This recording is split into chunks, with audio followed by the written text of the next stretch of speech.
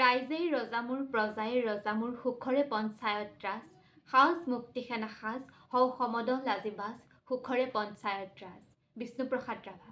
যিগৰাকী ব্যক্তিয়ে কমিউনিষ্ট পাৰ্টিৰ অংশ হৈ দুহাতাৰে বন্দুক তুলি লৈছিল, সেই দুহাতাৰেই তেখেতে ৰচনা কৰিছিল শতাধিক গীত, আঁকিছিল ছবি। দুখীয়া কৃষকসকলৰ লগত তেওঁ একেলগে নাচিছিল, গাইছিল। যিগৰাকী ব্যক্তিয়ে জীৱনৰ বহু পৰ কাৰাগাৰৰ অন্ধকাৰত কটাইছিল, তেওঁৱে আকৌ ফিল্ম ষ্টুডিঅ'ৰ পোহৰত চলচ্চিত্ৰ পৰিচালনা কৰিছিল। সমাজ ব্যৱস্থাৰ কঠোৰ শিকলি ছিঙি সুধা মজিয়াত অকলশৰে পৰি থকা, শ্ৰম কৰিও দুবেলা দুমুঠি খাবলৈ নোপোৱা কৃষক বন্ধু অথবা শ্ৰমিকসকলৰ হাতত তেখেতে সোণৰ সফুৰা তুলি দিবৰ বাবে অহোপুৰুষাৰ্থ কৰিছিল।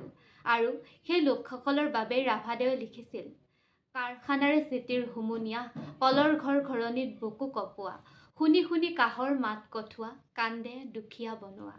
সাধনা আৰু প্ৰচেষ্টাৰ যোগেদি ৰাভাদেৱে লক্ষ্যৰ সেই ঐক্যত উপনীত হৈছিল, যি আজি অসম তথা ভাৰতবৰ্ষৰ দৰিদ্ৰ কৃষক, শ্ৰমিক আৰু বিভিন্ন উপজাতীয় লোকসকলৰ জীয়াই থকা আন্দোলনৰ কেন্দ্ৰবিন্দু।